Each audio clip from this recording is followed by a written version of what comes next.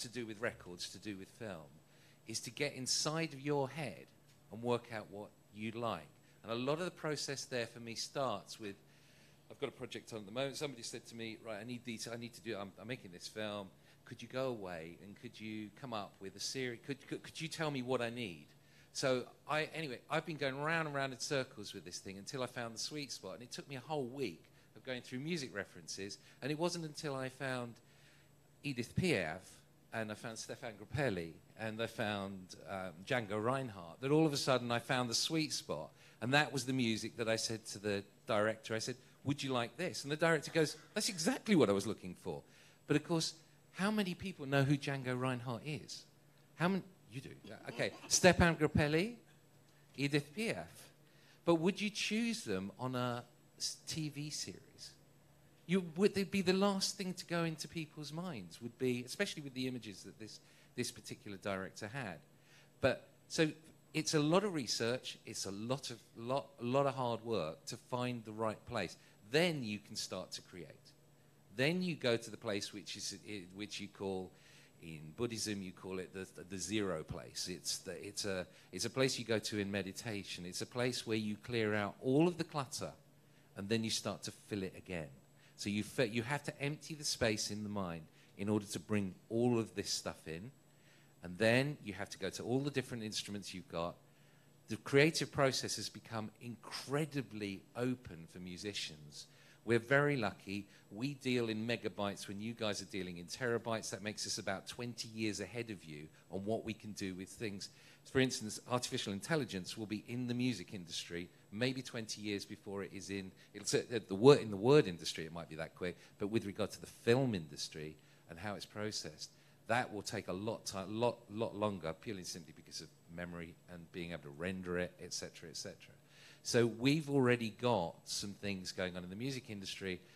I can sit down, I can take a brief from a client, an advertising client, that's the harshest area I deal with. And it's actually pound for pound the most expensive area of film that there is with regard to music. So in that area, if somebody comes to me and they says, I want a piece of music and I want it by tomorrow morning, I can sit there. I have to ditch the long-winded way of looking around the different options. I have to do a shortcut, short form, but then I can do an entire orchestra with every part played by me within 12 hours.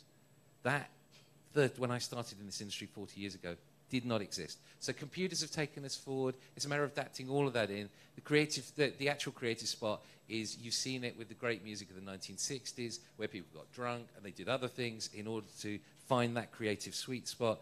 That is what you aim for, but you can't get drunk anymore. You can't do the other things anymore. So you actually have to meditate, which is actually a lot cooler way of taking yourself to the spot. And that's it. Angie, what about you? What's your creative sweet spot? Well, I'm just wondering, should I give you a bit of context first as to who I am and what I do? My name is Angela Salt. My new company is Salt Content. I previously co-founded a company called Fun Crew, working with Fun Crew for 12 years. I'm a creator. I've had a non-linear path to where I am right now. So I've been a creative in quite a broad sense. I've been a graphic designer. I've been an illustrator. I've worked in advertising. I've worked in education, in the arts. I've been an author, and now I'm a screenwriter. And I also help clients to develop their own IP, and I create content. I've worked with Technicolor for 5 years, and I'm a screenwriter for international shows. So I work with clients in China, Russia, the US, South Korea, and the UK. And I do all that from home. So I sit and work in my kitchen, creating. And I could live in that kitchen and work. I have everything that I need to write. I have my laptop. I have my kettle to make tea. But I think my sweet spot is that I absolutely love what I'm doing and I'm passionate about it. So And all those things that I've told you that I've done, I've equally been passionate about them. But one thing that I think creatives do generally, or some creatives might do, is occasionally get locked into their own creativity and get so excited with an idea that it runs away with them. And so I'm kind of temper that maybe creative tendency to spiral and get really enthused about something, you know, and you just want to go out there and tell everybody how fantastic it is, with a dose of measured approach. So I make sure that I'm not just locked in my kitchen, that I actually physically go and interact with people. And the most important people that you need to interact with are children, because you need to know, like Sally Ann said earlier, you need to know your audience. That's absolutely crucial. But I also make sure that I go to international markets. And I've turned up to my first MIPCOM it was, and I remember my first appointment meeting somebody who was, you know, a very well-established, renowned producer. And they said to me, "Hi, Ange, what are you doing here?" And I said, "Well, yeah, okay, this is like where all the suits, you know, the business people are. This is where the financiers are, the investors are. But I wanted to see this because basically whatever I'm coming up with, whatever I'm creating in my kitchen, this is where it might end up." And so I needed to have that kind of sense, an overview. So I've written down some words here because, you know, the inspiration, obviously you need a creative, you need that inspiration. But I think immersion, you need to immerse yourself in this whole culture of children's content, animation, TV, and you can immerse yourselves by going out to markets.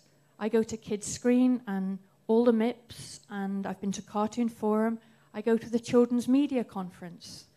But I don't just turn up and, you know, expect to sit there and ask questions and be given all the answers. I'm there to ask questions as well. You know, what are people looking for? What are children interested in at the moment? Being a really proactive delegate, I think that is really important. Because if you've invested a lot of money into going to these markets, you need to get the most out of them.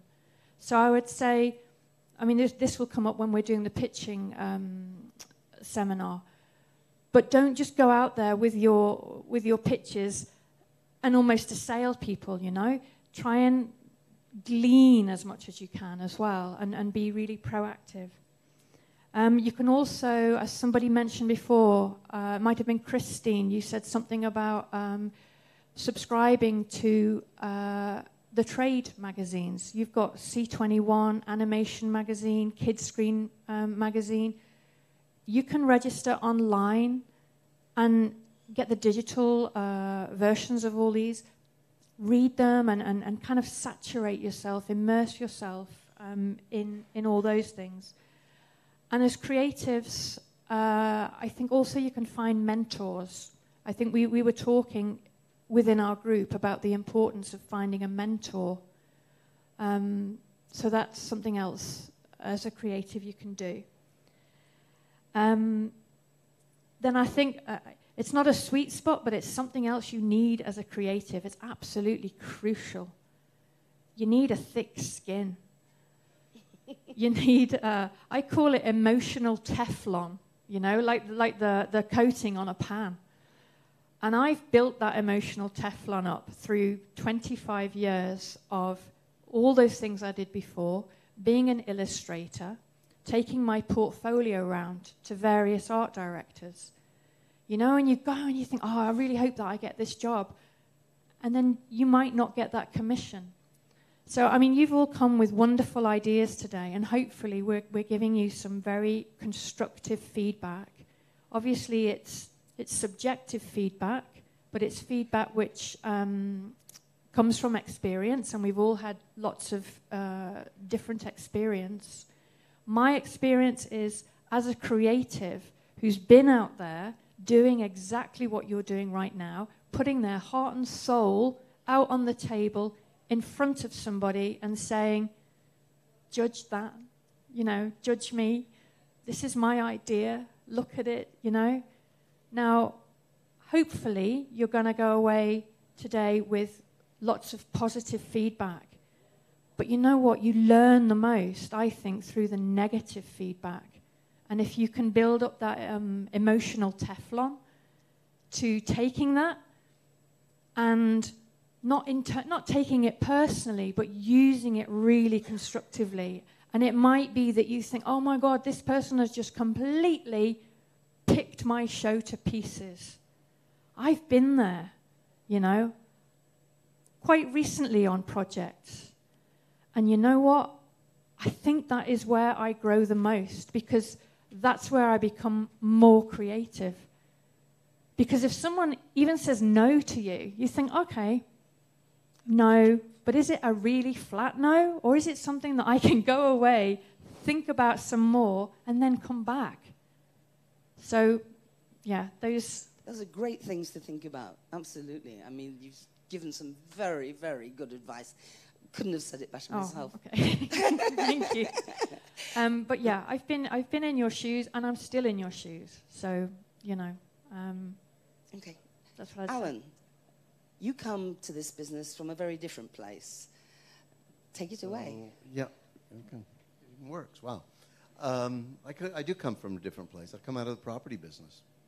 And so I come with a more practical bent to how you get things done. I don't know if that's a fair word, but that is where it comes from. I think creativity for me starts in a different place. And I look at the example of a very famous guy, Thomas Edison. Edison invented the electric light, the phonograph, and a whole bunch of other stuff. And when he invented the electric light, he announced it, the light bulb. And he stood up and he said, I finally have a commercially viable light bulb.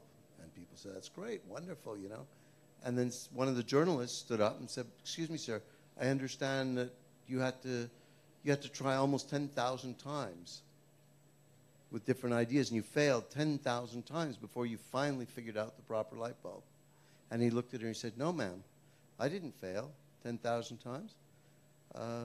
I succeeded 10,000 times in proving that that was not the right way to do this. And I think that's really the key to a lot of this, very briefly. A lot of it is trial and error. You have an idea, you try it, you see if it sits well. If it doesn't sit well, you move on and you try something else. If you are totally bent on one particular idea as the creative solution of all solutions, you probably die on the vine. You probably knock yourself out. There's no knowing furthermore whether your idea is going to work or not. You have to try it out with people. Because no matter what you do, everybody sees what you do in a different way. If you have any doubts about that, try writing down a survey question or a series of survey questions. Ask those survey questions of a few people. See what you get back. Not one person will answer it in the same way as any of the others. So I think creativity is having a bunch of ideas, trying them out, seeing what works, flying it by people, being stubborn in as much as you keep trying till you get what you want to achieve. My ideas.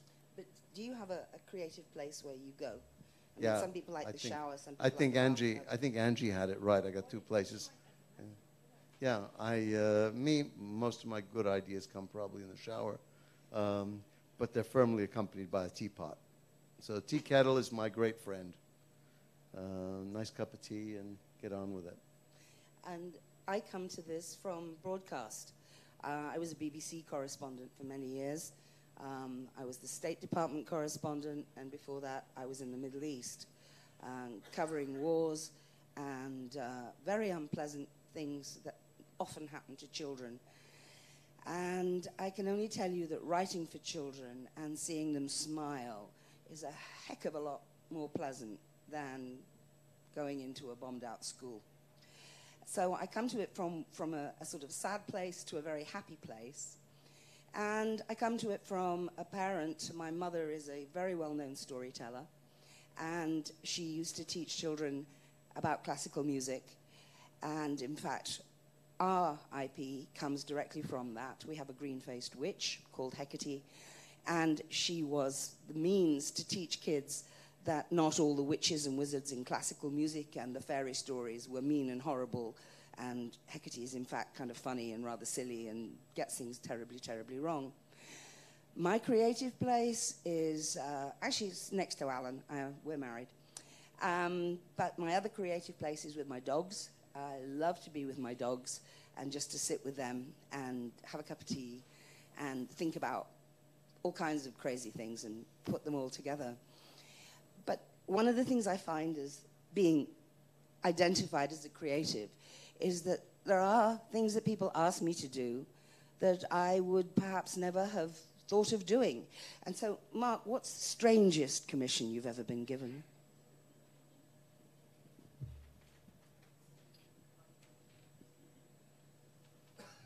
The strangest commission that I've ever been asked to do.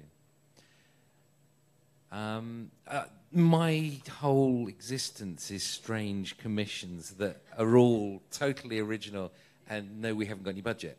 That's basically what we want this, and we want this, and we want this, but the budget's really tight, so you don't have a lot of time to think about it. I've done some TV commercials. Probably the strangest one is one that's on my reel. It was with the son of David Bowie, whose name is Duncan Jones, was the director. And he said to me at the time, he said, "I'm really sorry, but I'm not going to tell you who my dad is. But my dad's a really famous composer. You've got 24 hours to get this right, and if you don't get it right, I'm going to tell my dad." And that was weird. So I'm sitting there going, I haven't got a clue. They said, what he wanted was, it was two girls, and it's for French Connection in the United Kingdom, which is a fashion brand. And these two girls are utterly beautiful models.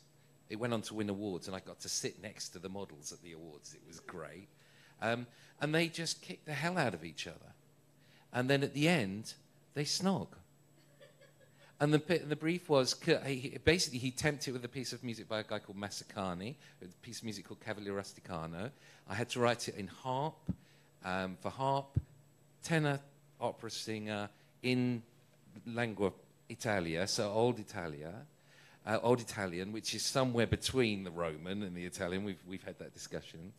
And fortunately, he liked it, and then he told me his dad was David Bowie. And funnily enough, I said to him, well, that's great, because I've now got 2 awards, one with your dad and one with you. But that was the strangest job, because it was the job was actually banned. Not a lot of people have seen it, because it was banned in America for the girls kissing at the end, and it was banned in the UK for the violence, which was strange reasons again. So the whole thing was very strange, because not a lot of people saw it.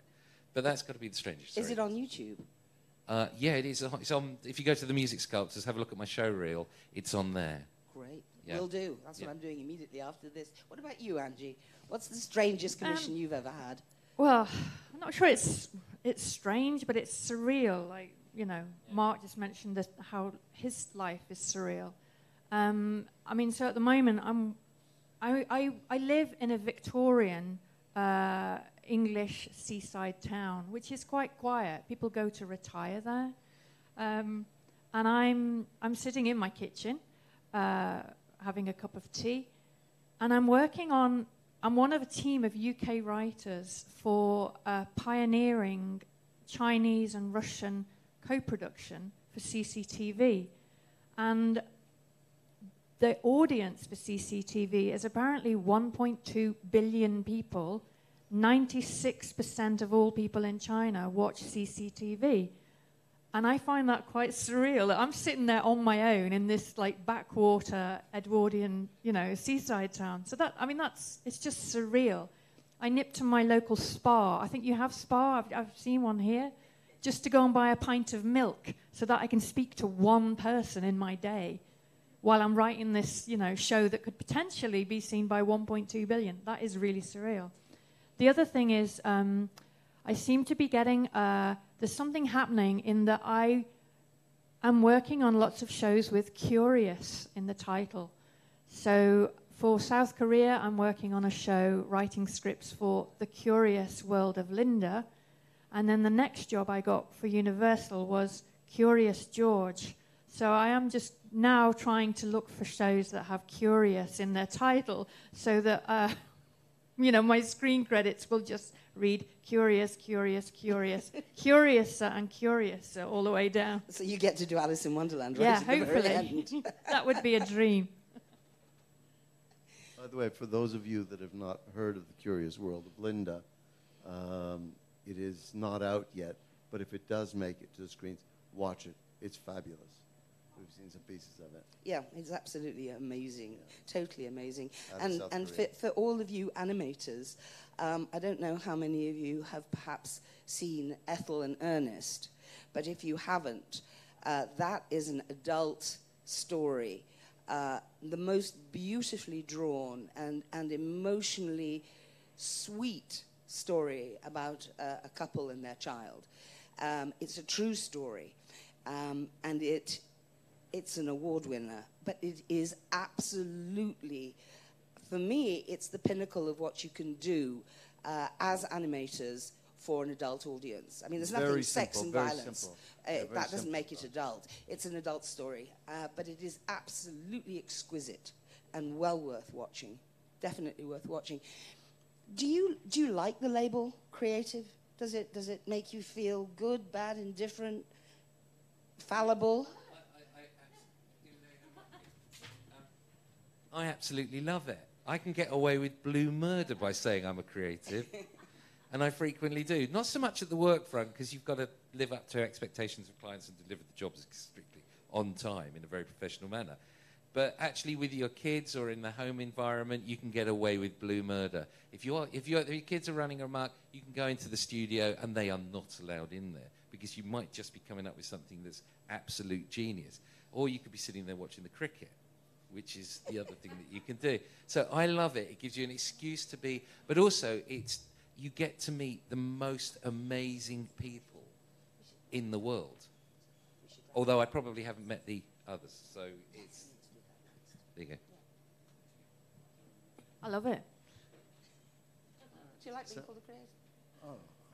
Do I like living? I love it. It gives me license to do whatever I like and make it sound like it's really productive. It's really quite amazing to be able to do this for a living, when, an awful lot of people who are in the business or starting in the business actually hold down more than one job so that they can do this as their passion. But enough from us. You're all creatives. Do you have any questions for us? Creative questions, please. Yes.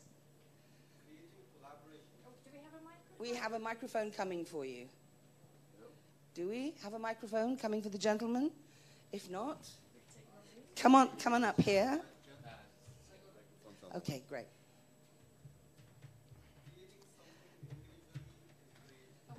Is it switched on?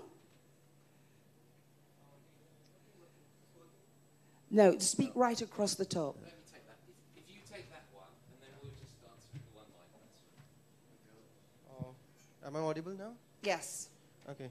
So, creating something individually at your leisure time from your kitchen or whatever ways you want to work, it's different. But creating something in collaboration with another artist, that can be a challenge. So I just wanted to hear from you guys how it works. Like, how do you adjust the disciplines of two moody artists in a way? It is a good question, and I might have painted the idea that I was leisurely. Creating something leisurely at the moment is, that doesn't happen. I mean, because I'm juggling clients in China, Korea, LA, my day can be pretty full on, like getting up at 5 a.m. to Skype people over in Asia. And then I might still be working, late into the night, 11, 12 o'clock, to deliver something for LA. So, it isn't really a leisurely pursuit for me at the moment. Although, that comes from having deadlines to meet, obviously, constantly. When I get a lull, I might just take myself off somewhere into the woods or go to a park or, have a bath, have a restorative bath, as Biren keeps mentioning, so I can reset and be creative. But collaborating with other people, I find really exciting. and I try and do that as often as I can. I can do that in-house. I mean, I do travel a lot, so I'm not sitting in my kitchen all day, every day. You know, I do travel. Oh, yeah, I worked in-house with CCTV in Beijing, for example. I will travel that far to meet people. And there's Skype, of course. I mean, Skype is a fantastic way to connect with people.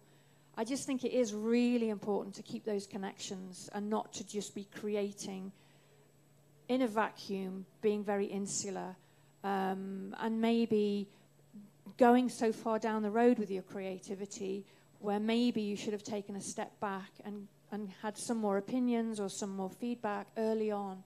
You know, so I mean that's something actually I wanted to pick up on. Alan said earlier about getting feedback is to try and get that early on before you've invested an awful lot of money in something, because when you pitch to a broadcaster or a potential partner, chances are they might want to change a lot of the creative anyway. So you need to be collaborative and quite flexible. Okay. Thank you. Thank you.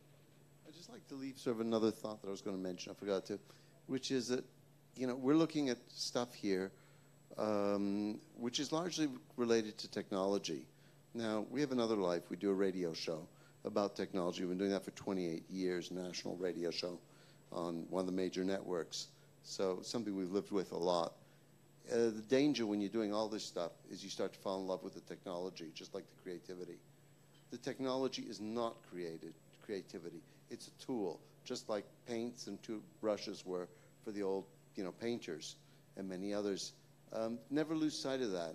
Getting the stuff done simply is a hell of a lot better than getting the job done in a complicated way. Using simple technology that's robust, inexpensive, is the way to success, or one of the paths, almost always.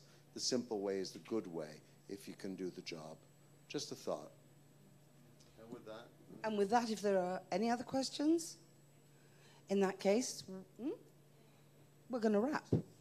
That's a wrap, guys. You're down. Thank you, guys. Thanks, Angela, Mark, Jan, and Alan. With this, we come to the end of the day one proceedings. So I think we've had a really good day with some really good B2B sessions happening and a few panel discussions happening. So we take a break here and we assemble back at 7. Yeah, we assemble back at 7 p.m. near the poolside, where we'll be having the networking reception. So I would request all of you to take a small break and be back probably in an hour's time, around about 7 o'clock near the poolside of the same hotel. You could ask for the poolside, and all of you are invited to join us for the networking reception. And tomorrow morning, as you all know, that tomorrow's session will be starting late in the afternoon because we need to go to the Bangalore Technology Summit with along the guests.